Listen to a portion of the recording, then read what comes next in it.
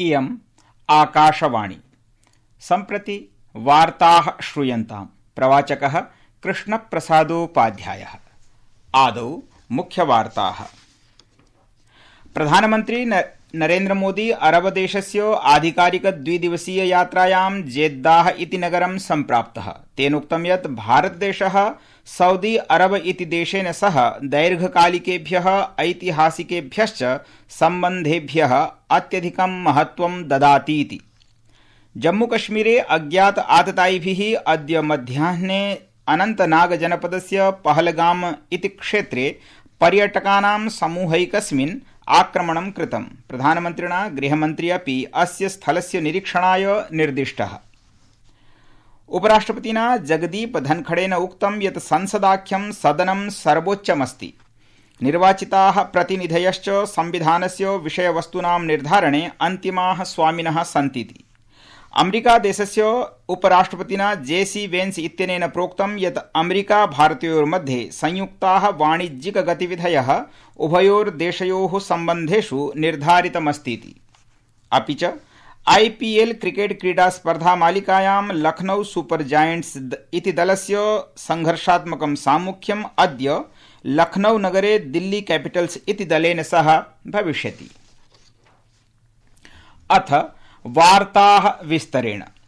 प्रधानमन्त्री नरेन्द्र मोदी अरब देशस्य आधिकारिक द्विदिवसीय यात्रायां जेद्दाह इति नगरं सम्प्राप्तः। तेनोक्तं यत् भारतदेशः सऊदी अरब इति देशेन सह दैर्घकालिकेभ्यः ऐतिहासिकेभ्यश्च सम्बन्धेभ्यः अत्यधिकं महत्त्वं ददातीति।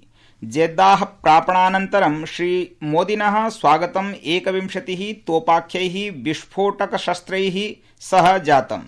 विशेष सम्मानत्वेन प्रधानमन्त्रिणः वायुयानस्य सऊदी विमानक्षेत्रे प्रवेशानन्तरं तत्रत्यैः सैन्यविमानैः चक्रीय संरक्षायां नीत्वा ससम्मानं विमानस्थाने अवतारितम्। उपक्रमेऽस्मिन् सऊदी वायुसेनायाः F-15 इति विमानानि अनुरक्षायाम् आसन्। श्री मोदी तत्रत्यस्य युवराजस्य प्रधानमन्त्रिणश्च मोहम्मद बिन सलमान इत्यस्य निमन्त्रणे श्रीमोदिनः सऊदी अरब राष्ट्रस्य एषा तृतीया यात्रा वर्तते। श्रीमोदिना क्षेत्रीय शान्त्याः समृद्धेः सुरक्षायाश्च संवर्धने उभयोः देशयोः संयुक्तहितेषु बलं दत्तम्। एकस्मिन् सामाजिकान्तर्जालीये सन्देशे श्रीमोदी उक्तवान् यत् एषा यात्रा भारत सऊदी अरब देशयोः मैत्रीं सुदृढां करिष्यतीति। उपराष्ट्रपतिना जगदीप धनखड़ेन उक्तं यत् संसदाख्यं सदनं सर्वोच्चमस्ति। निर्वाचिताः प्रतिनिधयश्च संविधानस्य विषयवस्तूनां निर्धारणे अन्तिमाः स्वामिनः सन्तीति। अद्य दिल्ली विश्वविद्यालये समायोजिते एकस्मिन् कार्यक्रमे भाषमाणेन उपराष्ट्रपतिना उक्तं यत् संसत् राष्ट्रस्य प्रत्येकं जनवत् सर्वोच्चस्थानं धत्ते। तेनोक्तं यत् संविधाने संसदः उन्नततरं स्थानं कस्यापि प्राधिकारस्य कल्पनापि न कृतास्तीति। Constitution is for the people and its repository of safeguarding it is that of elected representatives.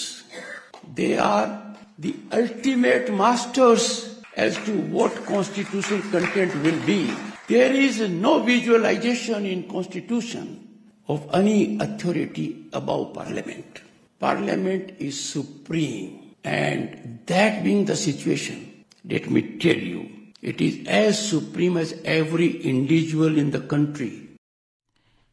उपराष्ट्रपतिना प्रोक्तं यत् भारतीय जनैः आत्मनः अभिव्यक्त्यै स्वेच्छायै आत्मनः अपेक्षाणां प्रतिबिम्बनाय च संविधानान्तर्गतं स्वप्रतिनिधयः चिताः। ते प्रतिनिधयः च निर्वाचनकाले उत्तरदायिनोऽपि भवन्ति। वित्तमन्त्रिणा निर्मला सीतारामनेन प्रोक्तं यत् 47,200 यावत् विकसितराष्ट्रभवनस्य भारतस्य यात्रा न केवलम् एका आकांक्षा वर्तते, अपितु एकं संयुक्तराष्ट्रियाभियानमस्तीति। तया प्रोक्तं यत् विकसित भारताभियानं समावेशयुतं स्थिरं नवाचाराधारितं विकासदृष्टिकोणेन प्रेरितं चास्ति। वित्तमन्त्रिणा अद्य अमेरिकायाः स्टैनफोर्ड इति विश्वविद्यालये प्रदत्त सम्बोधनावधौ उक्तं यत् भारतं विश्वस्य 10म अर्थव्यवस्थायाः 5म अर्थव्यवस्था सञ्जातमस्ति। एतदस्ति भारतस्य वरिवर्धमानया शक्त्या सह वैश्विक प्रासंगिकतायाश्च स्पष्टं संकेतमिति। If you're looking at a working woman who's pregnant and therefore she needs a maternity leave, till now in India, they were given only 4 weeks of maternity. After delivery, you can take care of your child for 4 weeks and then get back to work, or else obviously you're at a disadvantage. It was Prime Minister Modi's insistence that you should give them 6 months, and that has been executed. संस्कृतवार्तायाः संस्करणमिदम् इदानीम् आकाशवाणीतः प्रसार्यते। सममेव कार्यक्रमोऽयम् आकाशवाण्याः अन्तर्जालपटले www.newsonair.gov.in इत्यत्र अथ news on AIR चलदूरभाषीय तन्त्रांशे अपि उपलब्धो भविष्यति। America देशस्य उपराष्ट्रपतिः जेसी veins इत्येषः भारतस्य जयपुरनगरस्य यात्रायाम् अस्ति। अवसरेऽस्मिन् तेन वार्ताहरैः सह वार्ताप्रसंगे प्रोक्तं यत् अमेरिका भारतयोर्मध्ये संयुक्ताः वाणिज्यिकगतिविधयः उभयोर्देशयोः सम्बन्धेषु निर्धारितमस्तीति। जम्मूकश्मीरे अज्ञात आततायिभिः अद्य मध्याह्ने अनन्तनाग जनपदस्य पहलगाम इति क्षेत्रे पर्यटकानां समूहैकस्मिन् आक्रमणं कृतम्। व्रणिताः यात्रिणः जनपदचिकित्सालये उपचार्यन्ते। आततायिनश्च सुरक्षाबलेन चक्रीय संरचनापूर्वकम् अन्विष्यमाणाः सन्तीति सूचनास्ति। प्रधानमन्त्री नरेन्द्र मोदी अद्य केन्द्रीय गृहमन्त्रिणा अमित शाहेन सह पहलगाम आतंकी आक्रमणस्य विषये वार्ताम् अकरोत्। तेन अस्याः दुर्घटनायाः विषये श्रीशाहः निर्दिष्टः यत् सः तत्र गच्छेदिति। अस्याः दुर्घटनायाः राज्यपाल मुख्यमन्त्रिभ्याम् अपि निन्दा कृता। जम्मूकश्मीरस्य रामबनेति जनपदे रविवारे मेघस्फोटानन्तरं पुनरुद्धार साहयोगिकानि च कार्याणि युद्धस्तरेण सम्पाद्यन्ते। तत्र 86,400 वितरण ट्रांसफार्मर इत्याख्यानि यन्त्राणि पुनः सक्रियाणि कृतानीति संसूचना वर्तते।